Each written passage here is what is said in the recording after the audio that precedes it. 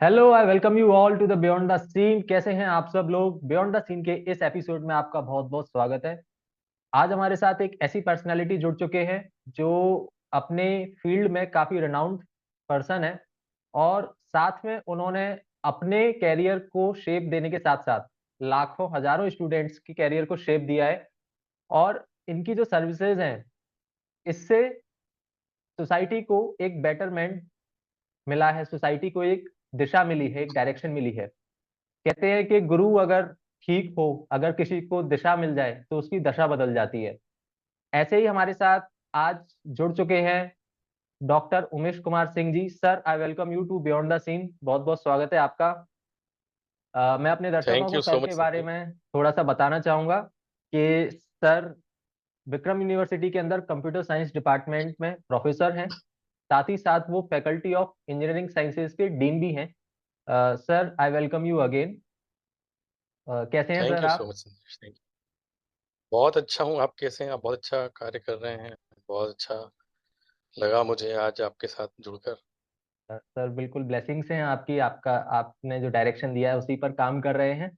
और हमारी कोशिश यही रहती है सर, बियॉन्ड द सीन के एपिसोड्स में, कि हम कुछ इंस्पायरिंग स्टोरीज को शेयर करें ताकि जो यूथ जनरेशन है, यंग जी। जनरेशन है, उनको एक डायरेक्शन मिल सके।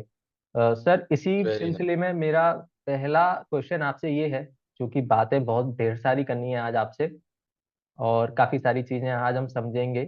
लेकिन सबसे पहला क्वेश्चन मेरा आपसे ये है सर, कि आपकी जो शुरुआत है, जो अर्ली लाइफ की जो कहानी है, जो स्टोरी है, वो अर्ली लाइफ की जर्नी थोड़ा सा हमारे साथ शेयर कीजिए सर। बताइए, हमारे दर्शकों को भी कुछ सीखने को मिले। देखिए, बिल्कुल संदेश, अगर देखा जाए तो मेरा परिवार एजुकेशन सेक्टर से ही जुड़ा हुआ है। जैसा कि मैं आपको बताऊं तो मेरे ग्रैंडफादर भी एक टीचर थे। मेरे पिताजी भी शिक्षा विभाग में एक टीचर थे। पिताजी ने उज्जैन के महाराजवाड़ा हायर सेकेंडरी स्कूल में इंग्लिश विषय से लेक्चरर थे। उन्होंने अपनी जर्नी स्टार्ट की थी। उसी समय मेरा जन्म उज्जैन में 1 जुलाई 1970 को हुआ। मेरे जन्म के कुछ समय पश्चात पिताजी का ट्रांसफर उज्जैन के पास ही एक कस्बे महतपुर रोड में हो गया था। तो मेरी प्राइमरी एजुकेशन वहीं पर हुई और लगभग 1981 के आसपास पिताजी का ट्रांसफर फिर से उज्जैन हो गया, तो हम लोग उज्जैन आ गए। 7 से लेके 11 तक की शिक्षा उज्जैन की सरकारी स्कूल में हुई। उज्जैन के माधव साइंस कॉलेज से फिर मैंने 1989 में बीएससी किया। उसके बाद में स्कूल ऑफ मैथमेटिक्स में एमएससी के लिए मैंने एडमिशन ले लिया था। लेकिन उसी समय विक्रम यूनिवर्सिटी ने इंस्टीट्यूट ऑफ कंप्यूटर साइंस में पीजीडीसीए स्टार्ट किया। तो कुछ नया करने की मन में चाहत थी, तो मैंने पीजीडीसीए में एडमिशन ले लिया था। कंप्यूटर विषय में मेरी रुचि और लगाव बहुत अच्छा रहा और मैंने 83% मार्क्स के साथ में पीजीडीसीए पास किया था। तो उस समय मेरी कंप्यूटर प्रोग्रामिंग में बहुत इंटरेस्ट हो गया था। तब मैंने डिसाइड किया कि मुझे इसी फील्ड में कुछ करना है। तो पीजीडीसीए करने के बाद में मुझे विक्रम यूनिवर्सिटी उज्जैन में ही कंप्यूटर साइंस डिपार्टमेंट में सीनियर टेक्निकल असिस्टेंट की नौकरी भी मिल गई थी। और वंडरफुल। चूंकि टीचिंग मेरा पैशन था, तो मैंने इसे ज्वाइन भी कर लिया था। उसी समय मैं अपने कुछ फ्रेंड्स के साथ में सेंट्रल गवर्नमेंट की एनआईसी का टेस्ट देने के लिए पुणे चला गया। मैंने टेस्ट दिया और पर्सनल इंटरव्यू, टेक्निकल इंटरव्यू दोनों क्लियर कर लिए और मुझे वो जॉब ऑफर भी हो गया था, सेंट्रल गवर्नमेंट का जॉब। तो सेंट्रल गवर्नमेंट चूंकि एक सरकारी नौकरी थी, मैं बड़ा एक्साइटेड था कि चलो ठीक है, मैं अब अपनी जर्नी एक अच्छी वेल नोन आईटी कंपनी के साथ में स्टार्ट करूं। लेकिन तभी मेरे पिताजी ने मुझसे कहा कि नहीं, अभी आपको आगे और पढ़ना चाहिए, पोस्ट ग्रेजुएट करना चाहिए और उसके बाद में मैं चाहता हूं कि आप टीचिंग में अपना करियर बनाएं। तो चूंकि मुझे भी टीचिंग अच्छा लगता था, इसलिए मैंने एमसीए के लिए प्रिपरेशन करना स्टार्ट कर दिया। और उस समय एमसीए में एडमिशन के लिए बहुत ज़्यादा ऑप्शन अवेलेबल नहीं थे। बमुश्किल मध्य प्रदेश में 4-5 इंस्टीट्यूशंस में एमसीए होता था। जी मैंने जी। एसएटीआई विदिशा का एंट्रेंस टेस्ट क्लियर किया ओके। और 1991 में एमसीए में एडमिशन ले लिया। 1994 में एमसीए करने के बाद में मुझे सीएमसी, जो कि गवर्नमेंट ऑफ इंडिया की एक रेपुटेड आईटी कंपनी है, उसमें IT engineer education and training की जॉब मिल गई। तो 1994 से लेके 1996 तक लगभग 2 वर्षों तक मैंने सीएमसी में नौकरी की, एजुकेशन एंड ट्रेनिंग डिवीजन में ही में था। उसी समय विक्रम विश्वविद्यालय उज्जैन में इंस्टीट्यूट ऑफ कंप्यूटर साइंस में 1996 में एमसीए स्टार्ट हुआ और मैंने as a assistant professor Vikram university में 1996 में ज्वाइन कर लिया। 2006 में डीएवीपी से मैंने कंप्यूटर साइंस में पीएचडी की उपाधि प्राप्त की, और उसके बाद में 2006 में ही मैं एसोसिएट प्रोफेसर बन गया यहाँ पे, और 2012 से मैं प्रोफेसर के रूप में इंस्टीट्यूट ऑफ कंप्यूटर्स में कार्य कर रहा हूँ। सर जैसा कि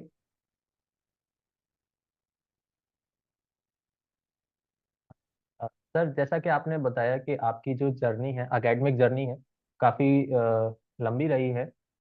और जी, शुरुआत से आपका जो इंक्लिनेशन था वो टुवर्ड्स टीचिंग ही था।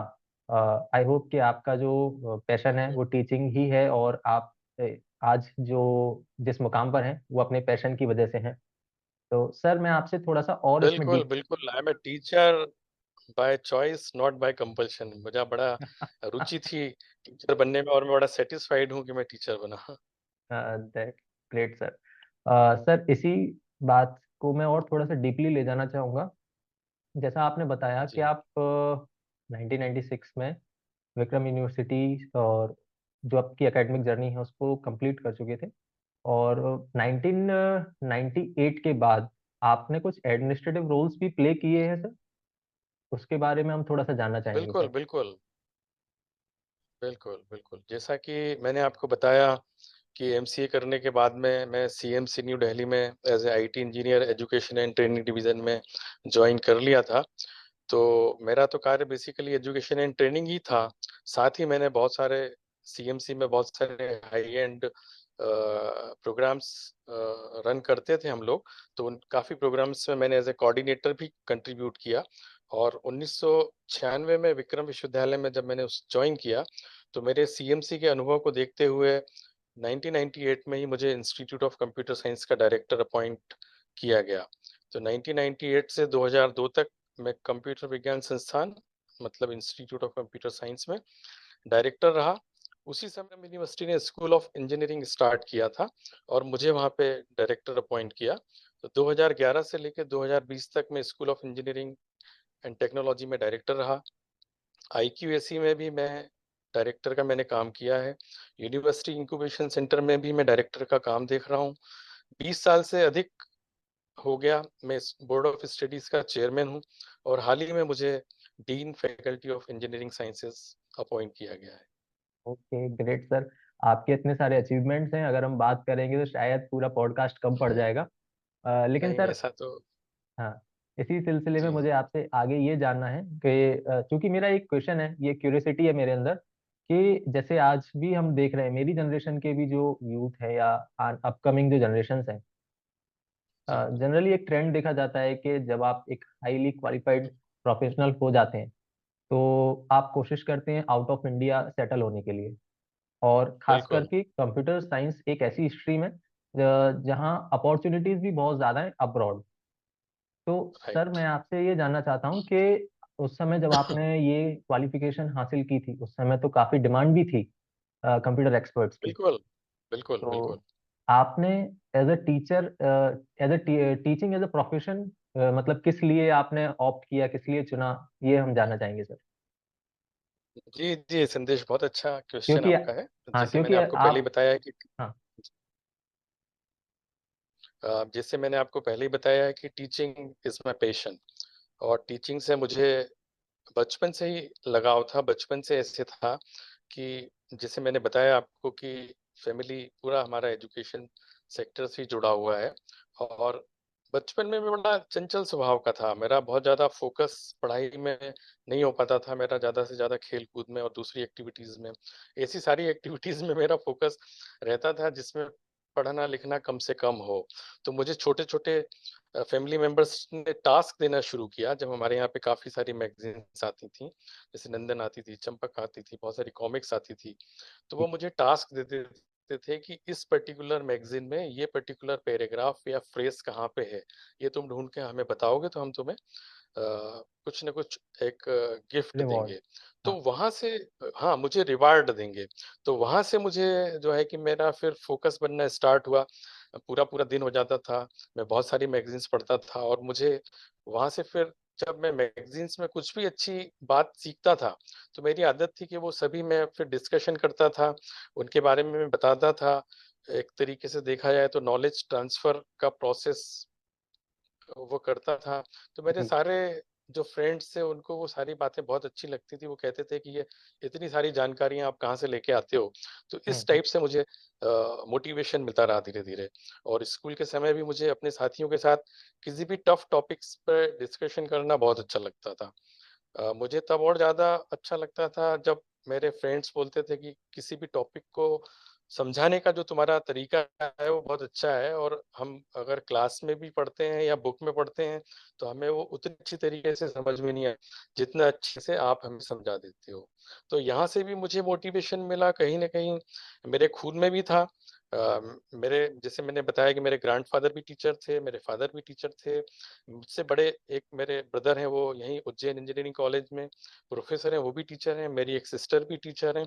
तो देखा जाए तो टीचिंग का माहौल घर में था और एमसीए के स्टडीज़ के समय भी हॉस्टल में जब मैं रहता था, तब भी मैं संदेश आपको बताऊँ कि मेरा जो रूम था, वो एक जी, क्लासरूम जैसा ही था। उसमें एक हैंगिंग बोर्ड लगा हुआ रहता था और ओके। सारे मेरे साथी, मेरे फ्रेंड्स मेरे रूम में आ जाया करते थे और मुझे चूँकि मैंने पीजीडीसीए कर कर लिया था उसके पहले और मैंने जैसा आपको बताया कि प्रोग्रामिंग में मुझे बहुत इंटरेस्ट था, तो हम लोग प्रोग्रामिंग डिस्कस करते रहते थे, कुछ भी प्रॉब्लम नया लेते थे, प्रॉब्लम सॉल्विंग डिस्कशन करते रहते थे और वहाँ से भी मुझे बहुत मोटिवेशन मिलता था, तो उससे मैं बड़ा इंस्पायर हुआ कि मुझे टीचिंग में ही जाना है।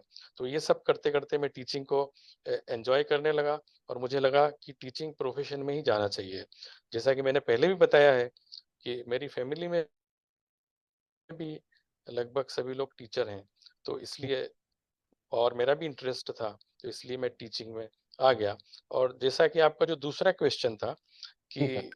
मैं इतना सब कुछ होने के बाद भी प्रोग्रामिंग भी मेरी अच्छी थी और आईटी इंडस्ट्री में मैं जा सकता था, विदेश में भी जाके काम कर सकता था और मुझे बहुत सारे उस समय जब मैं सीएमसी में था, तब मुझे टीसीएस से, एचसीएल से, इन्फोसिस से और इसी तरीके लगभग 10 से ज़्यादा बड़ी कंपनियों में मुझे ऑफ़र मिला। तो लेकिन चूँकि सीएमसी में मैं teaching education and training division में ही था, तो मैंने यही डिसाइड किया कि मुझे यहीं रहना चाहिए। उसी समय मुझे साउथ कोरिया से, सिंगापुर से, यूके से और यूएस से भी जॉब के लिए ऑफ़र आए, लेकिन मैंने यही प्रेफ़र किया कि मुझे इंडिया में ही, अपने देश में ही काम करना है और ख़ास करके टीचिंग में काम करना है। Okay, okay. संदेश। सर काफ़ी इंस्पायरिंग है आपकी स्टोरी क्योंकि मतलब मैं पर्सनल लेवल पर अगर सोचूँ तो ये काफ़ी हार्ड होता है कि ऐसे ऑफ़र्स को लुक्रेटिव ऑफ़र्स को रजिस्ट किया जाए। जब आप इतने एक्सपर्ट हैं और आपको मल्टीनेशनल कंपनीज़ में जाने का मौका मिल रहा है सो इट नहीं इज़ वेरी संदेश हार्ड टू रजिस्ट। हाँ, लेकिन मैं आपको बताऊँ कि मैं टीचिंग में भी बहुत अच्छे से एन्जॉय कर रहा हूँ और उस बात का मुझे कोई अफ़सोस नहीं है। मुझे बहुत अच्छा लगता है कि मैं जो चाहता था, वो मैंने अचीव किया और I am really very satisfied with my profession. Sir sir next question मेरा ये है कि जैसे आपने अभी बताया कि आप इंस्टीट्यूट ऑफ कंप्यूटर साइंस के अभी प्रोफेसर भी हैं और इसकी जो एस्टेब्लिशमेंट है, स्थापना है वो 1989 में हुई थी और साथ ही साथ आप इसके राइट, राइट। फर्स्ट बैच के स्टूडेंट भी रहे हैं। तो जब बिल्कुल, बिल्कुल। 1996 में आपने एमसीए स्टार्ट किया और ये जो आपका इंस्टीट्यूट है कंप्यूटर साइंस इंस्टीट्यूट, यहाँ यहाँ के जो स्टूडेंट्स हैं अब्रॉड काफ़ी सेटल हैं और काफ़ी रेनाउंड इंस्टीट्यूट है। एल्यूमिनाई यहाँ का काफ़ी रेनाउंड है। तो आपके सामने क्या बिल्कुल। चैलेंजेज़ आए और आपने क्या-क्या उनको किस तरीके से उनको क्लियर किया सर? संदेश आपने बिल्कुल सही कहा कि इंस्टीट्यूट ऑफ कंप्यूटर साइंस के तमाम छात्र विश्व की बहुत सारी रेपुटेड कंपनीज में काम कर रहे हैं। तो निस्संदेह इसके पीछे छात्रों की अपनी मेहनत है। लेकिन इंस्टीट्यूट ने भी छात्रों को इंडस्ट्री रेडी बनाने में बहुत प्रयास किया, बहुत मेहनत की। 98 में 96 में मैंने institute of computer science join किया था हुँ, और हुँ। 1998 में मुझे इंस्टीट्यूट का डायरेक्टर अपॉइंट किया गया। तो उस समय मेरी एज भी संदेश बहुत कम थी, लगभग मैं 28 साल का था, लेकिन जुनून बहुत था, एक्सपीरियंस बहुत कम था।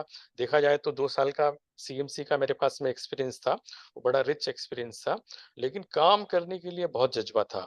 तो जब हमने एमसीए स्टार्ट किया 96 में, तो उस समय हमारे पास में बहुत अच्छा इंफ्रास्ट्रक्चर नहीं हुआ करता था, क्योंकि जस्ट इंस्टीट्यूशन स्टार्ट ही हुआ था।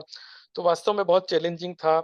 हमें लगता था कि हमारे पास में बहुत दूर-दूर से स्टूडेंट्स पढ़ने के लिए आए हैं, तो हमारी एक ज़िम्मेदारी बनती थी कि हम उनको अच्छे से ट्रेन करें, उनकी ट्रेनिंग अच्छी हो, अच्छी लैब हो, अच्छी लाइब्रेरी हो, सॉफ्टवेयर हो जिनकी इंडस्ट्री में डिमांड है। तो यूनिवर्सिटी के पास में उतना बजट नहीं था, एक छोटी हमारे पास में लैब थी। तो हमने क्या किया कि हमने अपने लेवल पे ही ज़रूरी संसाधन जुटाना शुरू कर दिया। तो उस समय 90 अ, 98 में जब मैं डायरेक्टर बना, तो जी। फिर मैं उज्जैन के आसपास के जो इंडस्ट्रियलिस्ट थे, तो उनके पास मैं जाना शुरू किया और मैंने उन्हें बताया कि हमने विक्रम यूनिवर्सिटी में एक institute of computer science start किया है, उसमें हम एमसीए प्रोग्राम भी शुरू कर रहे हैं। तो संदेश मुझे बताते हुए बड़ा अच्छा लगता है कि हमें बहुत अच्छा रिस्पॉन्स मिला, सोसाइटी से हमने कुछ फंड इकट्ठा किया और उसी समय मेंबर ऑफ पार्लियामेंट ने भी हमें 5 लाख रुपए दिए। 5 लाख हमने सोसाइटी से कलेक्ट कर लिए थे, 5 लाख यहाँ से मिले। तो हमने काफ़ी अच्छे जो सॉफ्टवेयर्स थे, जो इंडस्ट्री में जिनकी रिक्वायरमेंट थी, वो परचेज़ किए। क्योंकि उस समय ये ओपन सोर्स प्लेटफ़ॉर्म का ज़माना नहीं था, सारे काफी कम सॉफ्टवेयर्स हुआ हमें है। परचेज़ करना राइट, राइट। होते थे।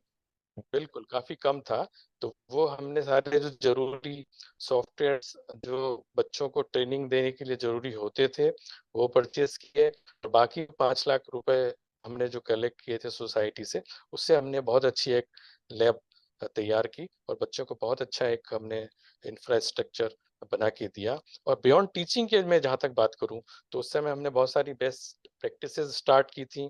जैसे स्टूडेंट के लिए हमने for the overall skill development of the student we have established programming club। इसके साथ साथ बहुत सारे और भी सेल्स एस्टेब्लिश किए और इन सेल्स में भी हम बियॉन्ड टीचिंग बहुत सारी टेक्निकल एक्टिविटीज कंडक्ट करते रहते थे। इसी के साथ में मैंने उसमें एक और पर्टिकुलर प्रोजेक्ट स्टार्ट किया जिसका नाम दिया था इंस्टीट्यूट टू इंडस्ट्री प्रोजेक्ट। और ओके। उस प्रोजेक्ट के तहत मैंने यूजीसी को एक प्रपोजल भेजा कि under the special assistance programme कि हम एक इंस्टीट्यूट ऑफ कंप्यूटर साइंस में एक बहुत अच्छी मेन फ्रेम AS400 की लैब स्टेब्लिश करना चाहते हैं। और मुझे ये बताते हुए बड़ी खुशी होती है कि वो प्रपोजल हमारा इतना अच्छा था, वहाँ पे मैं प्रेजेंटेशन करने भी उसका गया था। तो मेरा प्रेजेंटेशन भी अच्छा रहा, कमेटी मेंबर्स ने भी इस बात को माना कि यस आप बहुत कुछ करना चाहते हो उज्जैन और मध्य प्रदेश के बेल्ट में कंप्यूटर साइंस की एजुकेशन के लिए।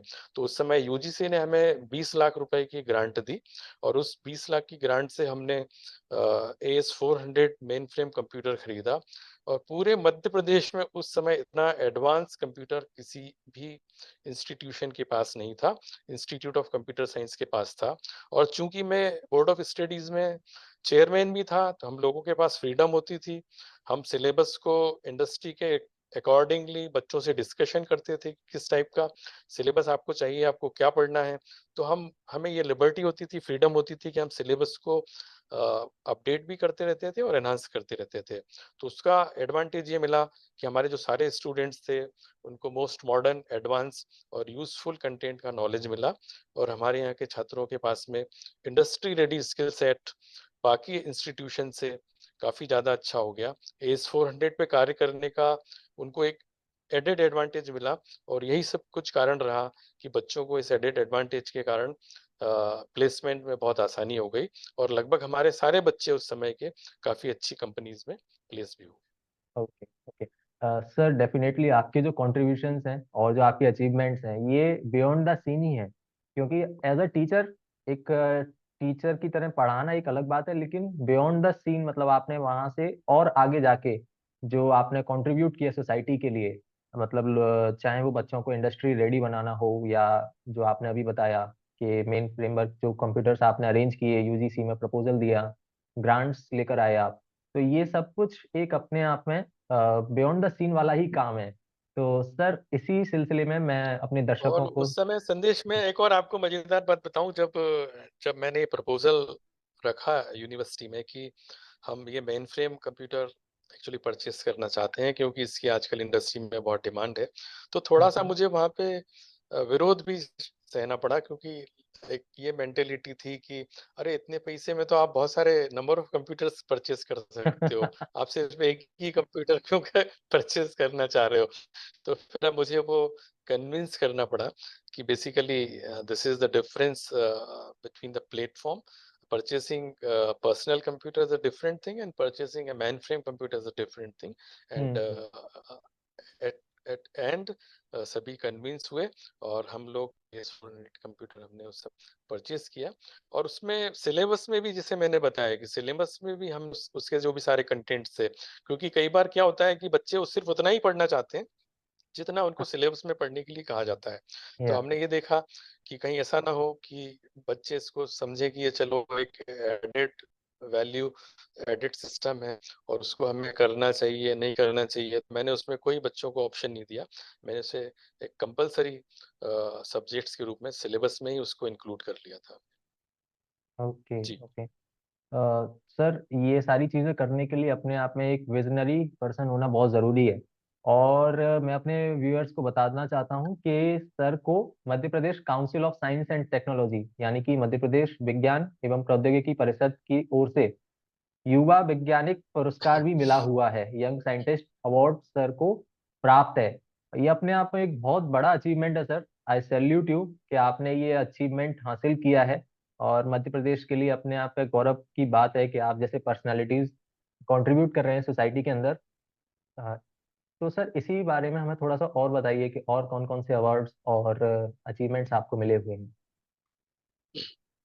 देखो संदेश, जहाँ तक अवार्ड की बात है तो वो तो ऐसा होता है कि अगर आप काम करते चले जाओ तो डेफिनेटली अवार्ड आपको मिलते चले जाते हैं। वो श्योर कोई श्योर सर। बहुत बड़ी, मेरे मुझे लगता है कि बहुत बड़ी कोई बात ऐसी नहीं होती है। और एक शिक्षक के लिए तो सबसे बड़ा अवार्ड यही होता है कि जब उसके छात्र अच्छी जगह पे प्लेस हो जाएं तो वो बहुत ही सेटिस्फाइड फील करता है। और हम्म। उसके लिए इससे बड़ा कोई अवार्ड मुझे लगता होता नहीं है।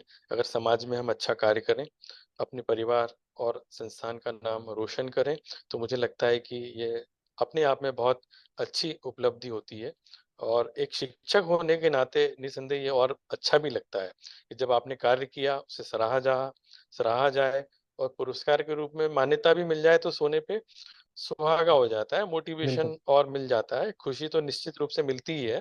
तो जहाँ तक यंग साइंटिस्ट अवार्ड की बात है, तो ये यंग साइंटिस्ट अवार्ड मुझे जिस कार्य के लिए मिला था, वो काम मैंने centre for advance technology Indore में अपने एमसीए प्रोजेक्ट के दौरान किया था। और 1997 में young scientist Congress, I think मुझे लगता है शायद यस बिलासपुर में ये आयोजित हुई थी। और मैंने विक्रम यूनिवर्सिटी को रिप्रेजेंट किया था। और वहाँ पे मैंने जो एमसीए में प्रोजेक्ट किया था वो काम को मैंने वहाँ पे रिप्रेजेंट किया, और उसके लिए मुझे यंग साइंटिस्ट अवार्ड मिला था। और इसके अलावा मुझे सीएमसी में काम करने के दौरान भी 96 में बेस्ट आईटी प्रोफेशनल का अवार्ड मिला। मुझे department of science and technology new Delhi ने 2009 में इंटरनेशनल ट्रेवल ग्रांट अवार्ड किया था। एआईसीटीई ने 2017 में इंटरनेशनल ट्रेवल ग्रांट अवार्ड किया। और विक्रम यूनिवर्सिटी ने 21-22 में फर्स्ट पेटेंट ग्रांट यूनिवर्सिटी और 16 से अधिक स्टार्टअप स्टार्ट करने के लिए एक्सलेंस अवार्ड मुझे भी हाल दिया था। और हाल ही में अभी हमने एक और बहुत अच्छा काम किया, जो पुलिस के जो ट्रेनी होते हैं, न्यूली अपॉइंटेड ट्रेनी, उनके लिए हमने एक specific cyber crime and cyber security पे एक डिप्लोमा प्रोग्राम हमने डिजाइन किया। और उसके लिए मुझे पुलिस हेडक्वार्टर मध्य प्रदेश ने cyber security design and training के लिए भी एक्सीलेंस अवार्ड दिया है। जी संदेश। Great sir great. आपके कॉन्ट्रीब्यूशंस और अचीवमेंट्स को सुनकर मतलब इस पॉडकास्ट में तो बिल्कुल हम उसके बारे में इतना सारा डिस्कस नहीं कर सकते। बिल्कुल थैंक यू। लेकिन sir thank you sir. Research work आपने, आप चूंकि इतने लर्नेड पर्सन हैं और रिसर्च में आपका काफी इंटरेस्ट रहा है शुरू से ही, तो रिसर्च वर्क के बारे में हम थोड़ा सा जानना चाहेंगे कि आपने किस प्रकार का रिसर्च वर्क किया है। और किस तरीके से उसने आपकी प्रोफेशनल जर्नी में कंट्रीब्यूट किया है आपके रिसर्च वर्क में, थोड़ा सा बताइए सर। बिल्कुल, बिल्कुल संदेश, बिल्कुल संदेश। देखो संदेश, as far as the research is concerned, mainly मैं बताऊँ कि मेरा रिसर्च फील्ड जो है इन्फॉर्मेशन सिक्योरिटी रहा। लेकिन मैंने कुछ रिसर्च नॉलेज मैनेजमेंट भी पे भी किया, वहीं से मैं स्टार्ट करना शुरू करता हूँ। शॉर्ट में ही बताऊँगा मैं। तो जिसमें जहाँ तक ये मैं बता रहा था कि नॉलेज मैनेजमेंट में भी मैंने कुछ काम किया, जिसमें mainly management of information overload पर रिसर्च किया। ये work basically personal information management system पर बेस्ड था, जिसमें इंफॉर्मेशन को कैसे ऑर्गेनाइज करना चाहिए और ज़रूरत पड़ने पर उसको कैसे रिट्रीव करना चाहिए और इफ़ेक्टिवली टेक्निक्स लगा के उसका कैसे समुचित उपयोग हो जाना चाहिए, ये बहुत महत्वपूर्ण बात होती है। अगर आपको इन्फॉर्मेशन टाइमली ना मिल पाए, राइट इन्फॉर्मेशन ना मिल पाए, तो इसको बोला जाता है कि that information is no information at all, that information is waste. तो मेरे इस कार्य को department of science and technology, government of India से इंटरनेशनल ट्रेवल ग्रांट मिला और इस ग्रांट के अंतर्गत मैंने अपने इस रिसर्च वर्क को European conference of knowledge management, जो कि 2009 में इटली में हुई थी कॉन्फ्रेंस, उसमें मैंने इसको प्रस्तुत किया और उस काम के लिए भी मुझे वहाँ पे बेस्ट पेपर अवार्ड मिला था। और मुझे ये बताते हुए बड़ी खुशी होती है कि मेरे उस कार्य को, जो कि अभी मैंने रिसेंटली एक बुक पढ़ी टिएगो फोर्ट की, बिल्डिंग ए सेकंड ब्रेन, तो उस बुक का भी जो मैंने थीम देखा, तो उसमें भी यही बात की गई है कि how you can manage information overload. तो हालांकि हमने तो उसमें how to build multiple second brain, multiple brains, और ये बहुत अच्छी एक किताब है। मुझे लगता है कि आज के युवाओं को ये किताब पढ़नी चाहिए in order to organise their digital contents. तो लगभग उसी तरह की रिसर्च की बात इस किताब में भी की गई है। तो मुझे बहुत अच्छा लगा कि मैंने 2009 में इस तरह का कोई काम किया था, जिसको कि आज एक इंटरनेशनल लेवल पे भी वही बात हो रही है जो 2009 में मैंने की थी। तो वो नॉलेज मैनेजमेंट पे हालांकि मेरा बहुत ज़्यादा काम नहीं था, लेकिन उस समय कुछ थोड़ा बहुत काम था जो कि मैंने यूरोपियन कॉन्फ्रेंस ऑफ इटली में मैंने इसको रिप्रेजेंट किया था। और जैसे कि मैंने आपको बताया कि मेरा जो मैक्सिमम रिसर्च वर्क है वो इंफॉर्मेशन सिक्योरिटी पे रहा है, और इसमें भी वल्नरेबिलिटी असेसमेंट पे है, रिस्क एनालिसिस पे है, और हाल ही में मेरे कुछ रिसर्च स्कॉलर ने क्लाउड सिक्योरिटी, आईओटी सिक्योरिटी जैसे सब्जेक्ट्स पर भी रिसर्च किया है। और Sandesh, in in in information security related research work पे 15 से अधिक स्टूडेंट्स ने मेरे गाइडेंस में काम किया है। 15 स्टूडेंट्स को पीएचडी अवार्ड हो गई है। और बहुत ज़्यादा काम तो नहीं हुआ है, अराउंड 160 रिसर्च पेपर मेरे पब्लिश हो गए हैं। मेरी लगभग कुछ 10 बुक्स भी पब्लिश हुई हैं, और मेरे 10 ग्रांट्स, पेटेंट्स को ग्रांट मिली है, और 12 पेटेंट प्रकाशित हुए हैं। इसी तरीके से मैं बात करूं तो मेरे एक काम को, रिस्क एनालिसिस का एक मेरा काम था, उसको मैंने 2016 में यूजीसी भेजा था ग्रांट के लिए। तो यूजीसी से भी मुझे रिसर्च ग्रांट और इंटरनेशनल ट्रेवल ग्रांट मिली थी, और उस ग्रांट को यूटिलाइज करते हुए मैं university of California Berkeley, UCB में वर्ल्ड कांग्रेस उस समय आयोजित हुई थी, वहाँ पे मैंने यूनिवर्सिटी को रिप्रेजेंट किया था, और मेरे उस काम को मैंने वहाँ पे प्रस्तुत किया था। वहाँ पे भी उस काम को काफ़ी रिकॉग्नाइज किया गया, और मुझे बेस्ट पेपर बेस्ट पेपर का अवार्ड भी मुझे मिला था। और इसी तरीके से इंफॉर्मेशन सिक्योरिटी के फील्ड में मेरे रिसर्च वर्क के आधार पे मुझे 2017 में एआईसीटी न्यू दिल्ली से ट्रेवल ग्रांट मिली, और इस ग्रांट के higher education delegation to UK, United Kingdom, वहाँ पे मैं गया। और वहाँ पे मैंने कुछ रिनाउंड यूनिवर्सिटीज़ जैसे कि Oxford university, Cambridge university, Trinity college of London, Brunel university में जो कॉन्फ्रेंसेस वहाँ पे कंडक्ट हुई थी, उसमें भी मुझे जाने का अवसर मिला, और वहाँ पे भी मैंने अपने रिसर्च वर्क को रिप्रेजेंट किया। इसी तरीके से 2018 में मुझे जीआर फाउंडेशन से रिसर्च अवार्ड मिला, जिसके अंतर्गत मैं higher education delegation to USA में गया, और यूएसए की जो रिनाउंड यूनिवर्सिटी है, New York university, university of Connecticut, university of Pennsylvania, Harvard university, Massachusetts institute of technology, और भी कई सारी यूनिवर्सिटीज़ में मैं वहाँ पे गया। वहाँ की रिसर्च मीटिंग्स में हम लोगों ने अपने रिसर्च वर्क को रिप्रेज़ेंट किया। तो मुझे काफ़ी अच्छा लगता है जब जब आप कुछ काम करते हो और उसको रिकॉग्निशन मिलता है, तो I am really very fortunate कि मुझे जो फंडिंग एजेंसीज हैं उनसे टाइम टू टाइम मुझे रिसर्च अवार्ड और इंटरनेशनल टेबल अवार्ड भी मिलते रहे, और जिसके कारण मुझे वर्ल्ड की जो ये रिनाउंड यूनिवर्सिटीज़ हैं उनमें जाने का भी मौका लगा, और मैंने वहाँ से काफ़ी कुछ सीखा। Okay, great sir, great achievements. और सर, ये जो बियॉन्ड द सीन का जो पॉडकास्ट है, आज का जो पॉडकास्ट है, डेफिनेटली जो भी व्यूअर्स इसको देखेंगे उनको बहुत कुछ सीखने को मिलेगा, एक इंस्पिरेशन मिलेगी आपने जो भी समझाया है, जो भी अपने बारे में बताया उससे। सर, एक लास्ट क्वेश्चन और करना चाहूंगा मैं आपसे, और इसमें आपसे ये जानना चाहूंगा, मतलब आप थोड़ा सा जो यूथ है, जो अपकमिंग स्टूडेंट्स जी। हैं इस फील्ड के अंदर, उनके लिए क्या मैसेज देना चाहते हैं, ये बताइए सर। जी, देखिए, यूथ्स के लिए तो बात करने के लिए बहुत कुछ है, और हम जब कभी भी हम हमारे स्टूडेंट से बात करते हैं तो बहुत सारी बातें उन्हें बताते हैं। लेकिन मेनली जो यूथ को सबसे पहले जो जानना चाहिए कि सबसे अगर यूथ कुछ करना चाहते हैं फ्यूचर में, तो डेफिनेटली वो एक टारगेट सेट करके कुछ काम करें। बिना टारगेट के उसी तरीके से हो जाता है कि कोई लक्ष्य नहीं है और वो इधर-उधर भटक रहे हैं। तो हम्म। डेफिनेटली सफलता प्राप्त करने के लिए सबसे पहला जो कंडीशन होता है कि first of all you should set a target. वो टारगेट आपका क्या है? अगर आपको बहुत क्लैरिटी है, तो आपको डेफिनेटली वो टारगेट अचीव करने में बहुत आसानी भी होगी। अब टारगेट आपने कुछ बहुत हाई सेट कर लिया, लेकिन आपकी प्लानिंग प्रॉपरली नहीं है, तो डेफिनेटली वो टारगेट सेट करने का कोई मतलब नहीं होता है। तो दूसरा जो मैं यूथ को सजेस्ट करना चाहता हूँ कि उसके बाद में वो प्लान करें। अगर आपने एक बार टारगेट सेट कर लिया कि आपको क्या हासिल करना है, तो सबसे जरूरी हो जाता है कि उसके लिए प्लानिंग प्लानिंग करना बहुत ज़रूरी हो जाता है।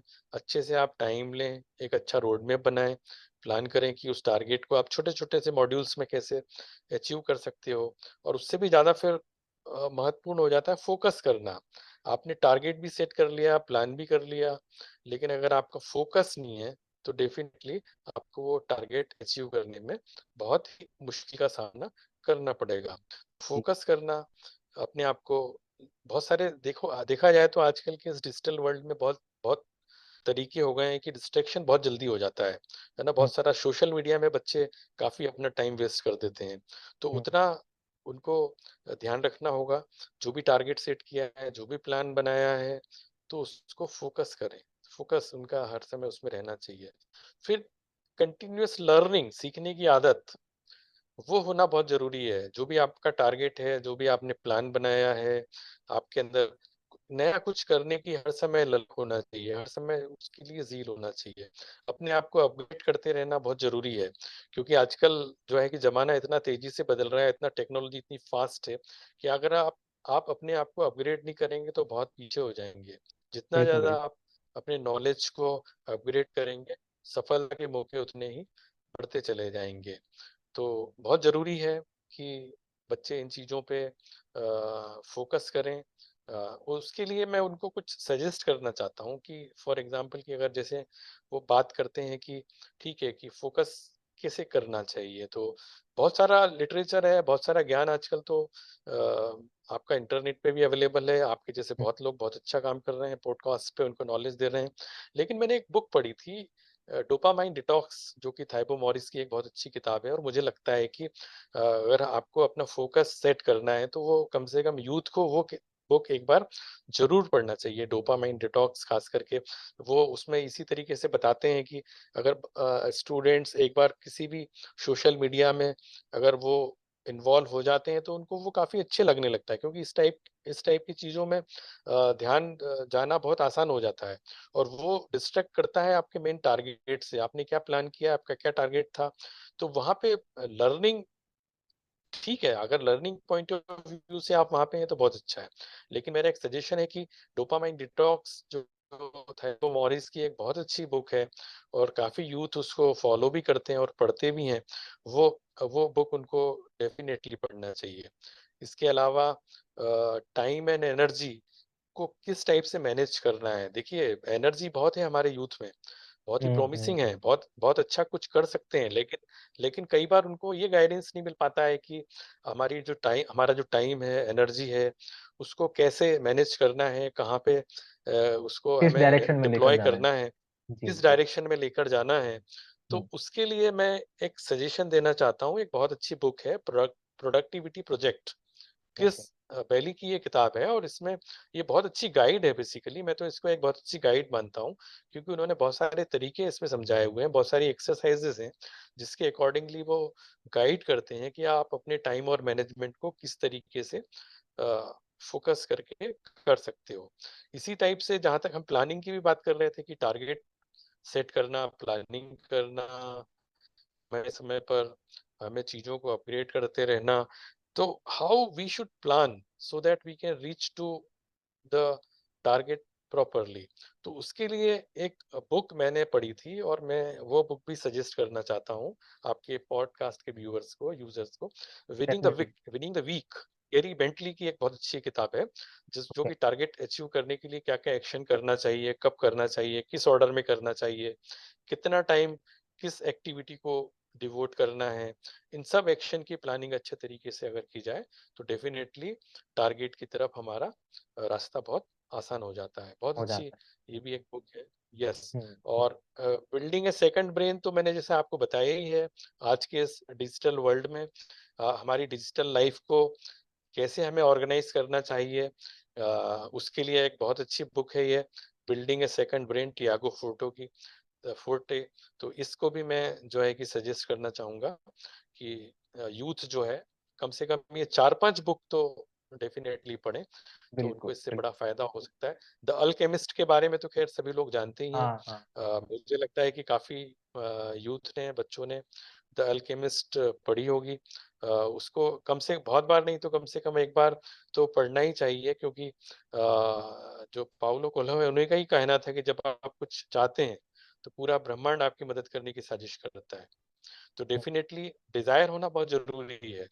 अगर डिजायर नहीं है, डिजायर होगी तो डेफिनेटली आपका टारगेट क्लियर होगा, टारगेट होगा तो डेफिनेटली प्लानिंग भी होगी, प्लानिंग होगी तो उसके अकॉर्डिंगली हमें काम करने का एक टारगेट सेट करने के लिए और टारगेट को पहुंचने के लिए हमें डेफिनेटली एक्शंस क्या करना है वो भी हमें गाइडेंस बराबर मिलता जाएगा। और ये अल्केमिस्ट खास करके हमें ये भी सिखाती है कि बहुत सारी बाधाएं आती हैं, तो उन बाधाओं को हम कैसे दूर करें, है ना। आपको वो बाधाएं हम जरूर दूर करें जो कि हमें डराती हैं, हमें असफल बनाती हैं। तो डेफिनेटली गिरने से अधिक बार हम उठें तो आप कभी भी असफल नहीं होगे। इसी इसी टाइप से हम बात कर रहे थे कि डे टू डे हमें कुछ न कुछ सीखने की आदत डेवलप करते रहना चाहिए। मतलब बिल्कुल बिल्कुल हम सर। चाहेंगे कि हम कम से कम 1% अपने आप को अपग्रेड रोज करते रहें। हम हम्म, खुद अपने आप से बात करते रहें कि हम कल कहाँ थे, आज हम कहाँ पहुंचे। तो इसके लिए गाइड करने के लिए एटॉमिक हैबिट्स एक बहुत अच्छी बुक है जेम्स क्लियर की, वो भी मैं अपने पॉडकास्ट के जो व्यूअर्स हैं उनको सजेस्ट करना चाहता हूँ कि ये खास करके जो ये कुछ बुक्स हैं जो जो मुझे लगता है कि ये बुक्स उनकी लाइफ को सेट चेंज कर करने के सकते हैं। लिए बिल्कुल। बहुत अच्छा योगदान दे सकती है। बिल्कुल बिल्कुल। तो सर कहते हैं कि अगर एक कोई अच्छा रीडर है तो वो एक अच्छा लीडर बन सकता है, अ गुड लीडर। बिल्कुल बिल्कुल। कि आपने इतनी सारी बुक्स को रेफर किया हमारे व्यूअर्स के लिए, इतनी सारी अच्छी अच्छी बुक्स आपने बताई हैं, और आई होप कि ये सारी बुक्स जितनी भी आपने बताई हैं या जो भी आपने बताया, जो भी आपने अभी तक बताया कि किस तरीके से हम गोल को सेट करके उसे अचीव कर सकते हैं, तो डेफिनेटली हमारे व्यूअर्स को ये बिल्कुल समझ आएगा और काफी उनको हेल्प भी मिलेगी। सर, आज के इस एपिसोड में आपसे कनेक्ट करके, आपसे बात करके काफी अच्छा लगा, और पर्सनली मुझे काफी कुछ सीखने को मिला है। और बियॉन्ड द सीन के जितने भी व्यूअर्स हैं उनको मैं यही कहना चाहूंगा कि आप जब भी इस वीडियो को देखें पूरा एंड तक देखें, क्योंकि सर के जो इंसाइट्स हैं और जो इनका एक्सपीरियंस है उससे आपको काफी कुछ सीखने को मिलेगा। और ये अपने आप में बहुत इंस्पिरेशनल है। तो सर, आपका बहुत बहुत धन्यवाद, और we are very honoured to have you on our show. और सर, आप हमसे कनेक्टेड रहेंगे, हम आपसे आगे भी इसी तरीके से और टॉपिक्स पर बात करते रहेंगे। बिल्कुल। Thank you sir.